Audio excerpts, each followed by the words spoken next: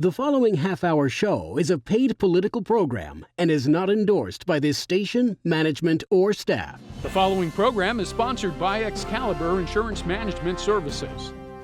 We welcome back to this week's show Pennsylvania Auditor General Tim DeFoor. As you probably remember, but it bears repeating since he's up for re-election now, Tim hails from Dauphin County in central Pennsylvania, although his roots extended to Ohio and West Virginia through his parents, who were both blue-collar union workers. Tim's educational background is diverse and extensive. He holds a degree in paralegal studies from Harrisburg Area Community College. Tim has a special fondness for community colleges and has made that and the recruitment of those students part of his tenure as Auditor General. Tim then went on to get his bachelor's degree in psychology from the Pennsylvania State University, and from there went on to earn additional degrees in sociology and history from the University of Pittsburgh. Not done, Tim went on to earn his master's degree in project management from Harrisburg University of Science and Technology. He started his career in public service as a special investigator with the Commonwealth of Pennsylvania Office of Inspector General, where he investigated government and contractor fraud, waste, and abuse within state government. Tim then went on to become a special agent for the Attorney General's Office of Pennsylvania, investigating Medicaid fraud and illegal prescription drug diversion. Later, he became a fraud investigator and internal auditor for the University of Pittsburgh Medical Center, also known as UPMC, one of the biggest health networks in the country. In 2015, Tim was elected as Dauphin County Controller, and in 2020, Tim went on to become the first African American or person of color to win an election statewide in Pennsylvania. He also became the first Republican elected Auditor General since Barbara Hafer in 1989. On this week's show, we will discuss his 4 years in office, his audits of school districts and how they play fast and loose with regulations, resulting in higher property taxes for Pennsylvania taxpayers. We'll also discuss his audit of pharmacy benefit managers and their hidden fees, which are devastating independent mom-and-pop pharmacies. We'll also discuss his audit of the Pennsylvania Turnpike and their collection problem. This is the Volpe Report, a weekly news and political interview show examining the latest local, state, and national issues with Chuck Volpe. Insightful, informative, controversial. The area's premier political talk show, the Volpe Report. Auditor General, welcome to the Volpe Report. Chuck, thank you for having me on your show. Great to be here. Yeah, you've been on a couple times, and not only after your historic election originally, but I think we did kind of a midterm how you were doing with your agenda items, which you were well involved working toward. And now you're here again, and I can't believe it's already 4 years since you were first here as the newly minted, I think it was Auditor General-elect when you were first on the show. Where did that time go? It just, I was told that it was going to go quick. I didn't realize it was going to go this quick. So, but no, it's, even though it's going quickly, it's definitely been a privilege and an honor to serve as Auditor General. Well, I'd like to say that something I know we spoke over the summer, and I'd like to say now, for the record, what I said to you privately then. In my time, and having gotten to know a couple of Auditor Generals, I mean, look, our very own former Democratic Governor Bob Casey was an Auditor General, and then his son, our United States Senator, was an Auditor General, and there have been some really, really good ones in now my 60-plus years on the planet that I've had the benefit of getting to know. I would put your record so far of accomplishment to the front of the class. You have been, as I told you, as productive an Auditor General as we have had. You have delivered on your promises and then some. So, as I said, I'm a fan of what you have done, and I'm very pleased to have you back as you're now running for re-election to that office. Yeah, and Chuck, I appreciate that. Look, I've spent my entire 30-plus year career as either a law enforcement officer investigating government fraud, waste, and abuse. The other half I spent as an auditor, making sure that government funds were spent the way they're supposed to be spent. and making sure that our taxpayers are comfortable and are assured that government is doing what they're supposed to be doing with its tax-paying dollars, and that this is probably the most important thing, that government is transparent with taxpayer dollars. You're very proud of your roots in your background, and your initial education came at the community college level, and you just recently did a tour of and gave a speech at Luzerne Community College right here in this media market. And one of the emphases in your office, and I want you to expound on this, is your recruitment of auditors from community colleges. So talk a little bit about that. Well, and first of all, as far as I'm a graduate of Harrisburg Area Community College. I wasn't a very good student coming out of high school. And it was at Harrisburg Area Community College where a professor and other professors knew that I was struggling, and they actually took they guided me. They talked about how I could be a good student, how I could succeed, that I could succeed at that community college and other community college and other colleges. And it was because of them that my confidence, my academic confidence grew. And if it wasn't for those professors, one in particular, that gave me the encouragement and the confidence to be a good student, then quite frankly, I would not be here. So I felt that it was only right, once I got elected as Auditor General, to reach back to the community college level and recruit students graduating from community college. And one of the reasons is you have some brilliant students coming out of community colleges. We visited most of them in the Commonwealth. As you said, we were just at Luzerne, and tomorrow we are actually going to be at Montgomery County Community College talking about career opportunities within the Department of the Auditor General. Previously, you would have to have a bachelor's degree in accounting to get a job as an auditor here. Well, we decided to open up our efforts and open it up to not only students in different career fields, but also opening up to community college students as well. And I really look forward to the day when we hire our first student who has graduated from community college, because I would put community college students up against any student in the Commonwealth. Let's talk about, before we get into some of your things that we had not talked about earlier, one of the things we talked about, not only as Auditor General-elect, but after your kind of midterm review, was financial literacy. That's something you were a big proponent of. And I'd like you first to kind of remind our viewers what that is and how your efforts in that area have produced results. So one of the things that we did for the past decade, even one of my, we're going to go back 10 years, I've always been passionate about financial literacy because financial literacy is a life skill. And my personal feeling has always been that it should be taught from kindergarten through 12th grade in every school in Pennsylvania. Reason being is you teach a kid the financial literacy, by the time he graduates from high school, he is going to be a smarter and a more educated consumer and is going to make better choices. Who is that going to impact? That's going to impact the Commonwealth and the community that he lives in, or that they live in, because they're going to have better credit. They can buy a house, they can buy a car.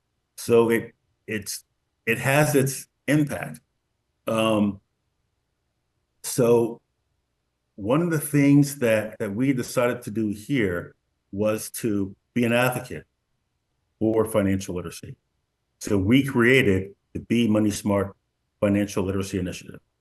And it started out by going out across the Commonwealth, speaking with organizations who promote, in some cases, teach financial literacy, but also going to the high schools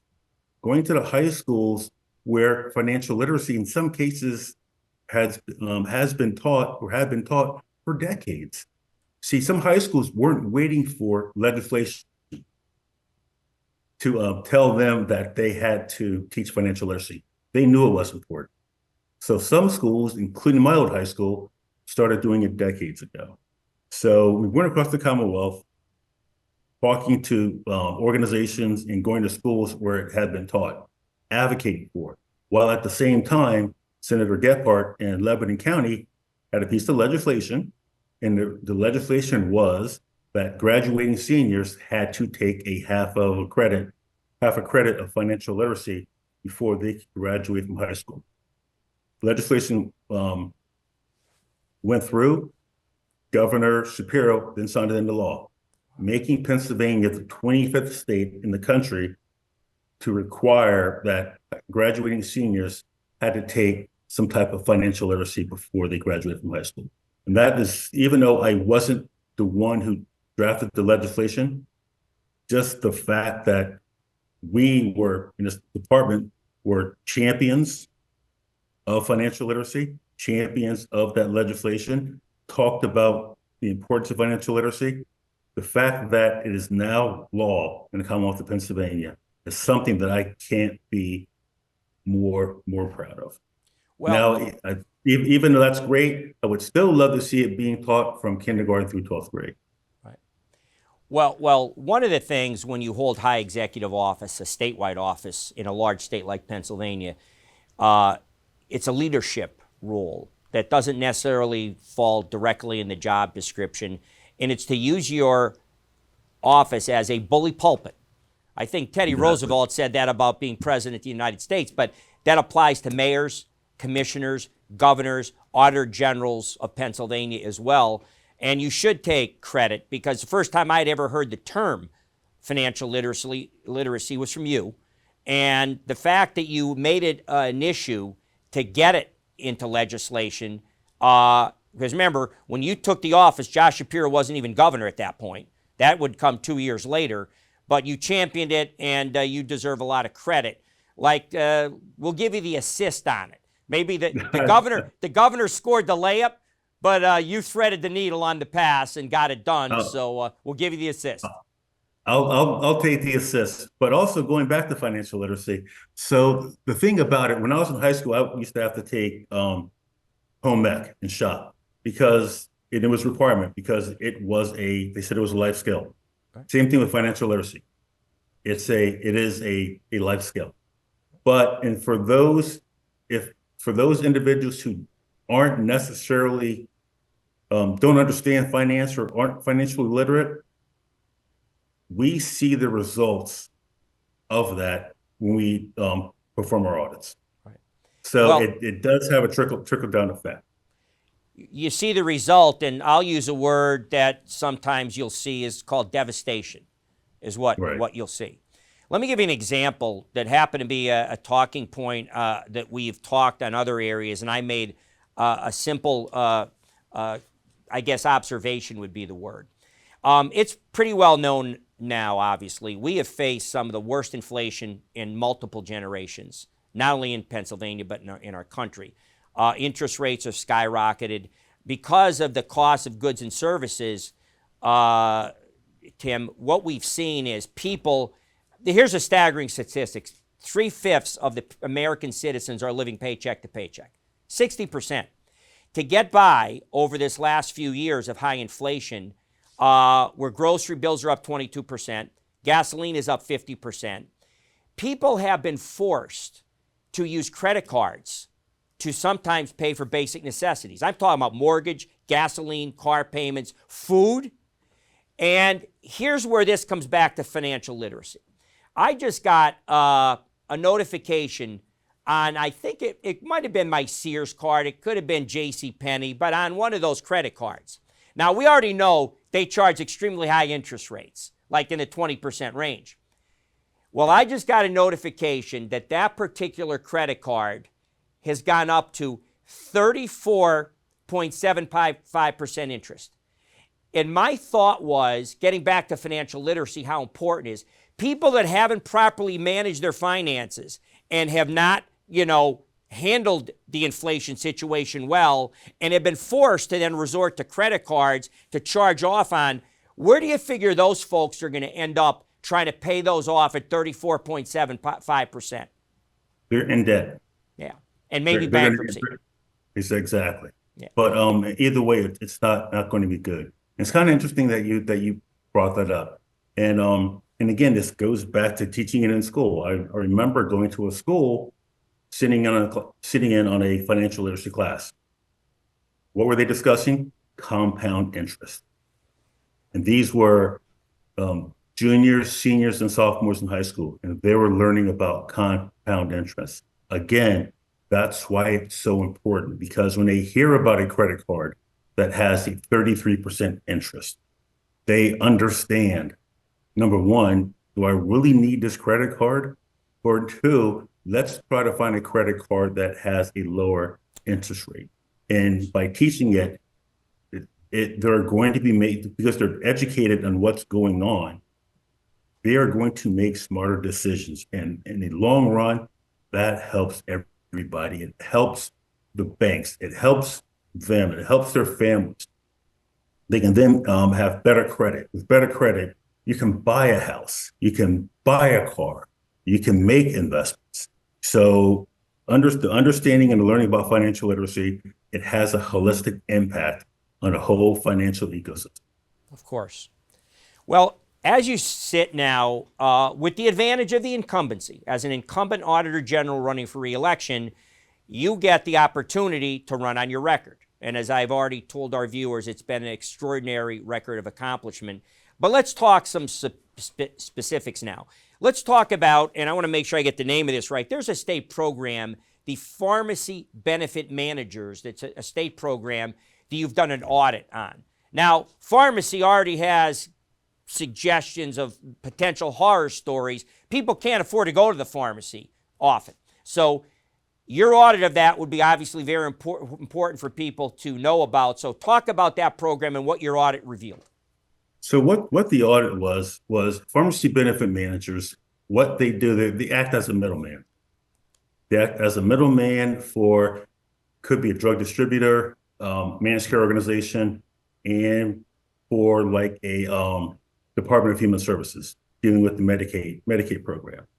And they are the ones who contract for a particular service to act as a middleman.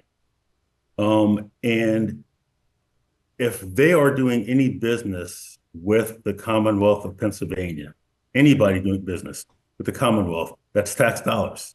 And the audit was with regards to Medicaid, which tax dollars are being spent on.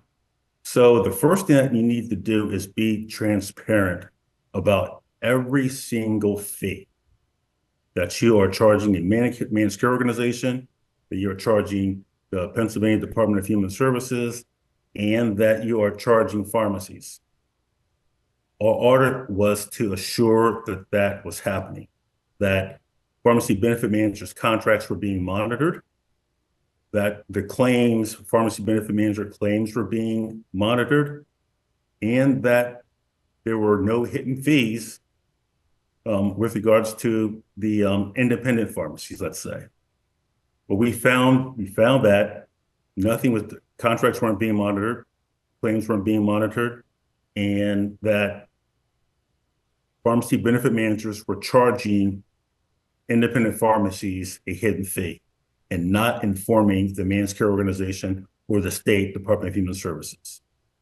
So, and that's something that's been a problem nationwide. I'm going to go back to 2018, where the Ohio State Auditor did an audit, and they identified millions of dollars that were not being reported by pharmacy benefit managers because they were adding on an extra fee, calling it either some type of transmission fee, but the actual term is spread pricing.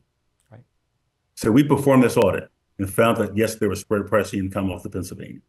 There's a shocker. And this is hurting independent pharmacies, because independent pharmacies are getting hit with this fee. Now, you may not think of a few dollars here, a few dollars there, as being a huge impact on pharmacies, especially independent pharmacies. But when you're talking about thousands upon thousands of dollars a day, that adds up. Sure. And one of the problems that's happening in Pennsylvania with our independent pharmacies is that they are going out of business. And from what I understand, I was just told this by a pharmacist up in the Scranton area, that this past year alone, almost 200 independent mom and pop pharmacies went out of business. Wow. And part of that dealt with the spread pricing that pharmacy benefit managers use on independent pharmacies.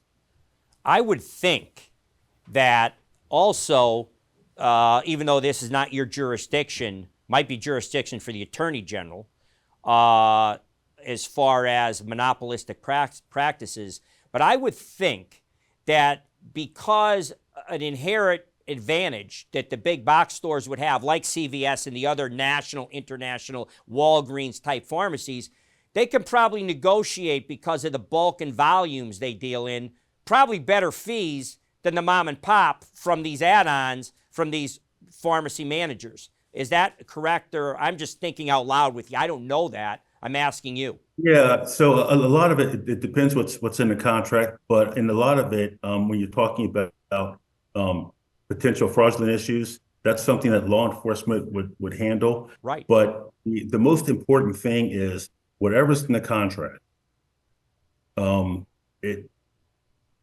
You have to be transparent. Right. I mean, no matter what type of fees you have. Right. And I don't care if it is an extra fee. Right. Be transparent about it. Right. Be transparent, and don't put it on the backs of these independent pharmacies. A lot of them are in rural areas. Some are in suburban. Some are in urban areas.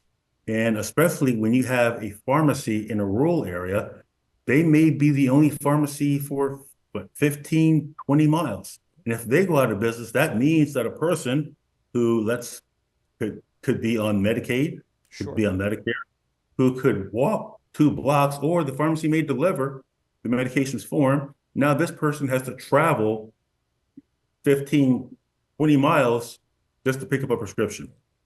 You've done an audit effectively of school districts in their reserves to see if that money is being appropriately spent. So can you talk a little bit about that, what the audit is and what you're finding? Well, what the audit was is that school, and again, so all these audits have one thing in mind. One word, I guess you could say, transparency. And the thing, what we did with the Bureau of the, what the schools were they being transparent with their funds? If a school district had in the reserves a certain amount, and could be a low amount, then if something would happen, then they could apply for an emergency referendum with the Department of Education, meaning that they could raise taxes without putting it out to the voters. Because normally, if you are a school district and you're raise taxes for whatever reason, then you need to put it out to the voters. But what these schools were doing is they were moving around. They had the funds in there to do whatever they needed to do, but they were moving money around to give the appearance that they didn't have any money. Then they would apply for this emergency referendum with the Department of Education, saying that, look, we don't have any money. The Department of Education would grant their waiver or referendum so they could raise taxes without putting it out to the taxpayers. Wow. And so that's something that we felt was important to do. And as you said, that audit, it brought a lot of things to light, a lot of things that should have been brought to light. Well, while on the subject of audits, there's no way that we can not discuss your audit of the Pennsylvania Turnpike and some of its issues. Just so you have some background, I have had leaders in the House and the Senate of Pennsylvania's General Assembly. Marty Flynn in particular, Senator Marty Flynn, has been a particular outspoken critic of uncollected fees and things like that, that the Turnpike had effectively written off $110 or $120 million of uncollected fees. So talk about your Turnpike audit and what you've been working on there. Well, that was one of the things that we looked at. Uncollected fees, hundreds of millions of dollars per year. that go uncollected. But also we did an overall audit of the Turnpike with regards to debt. The Turnpike has more debt than the entire Commonwealth of Pennsylvania.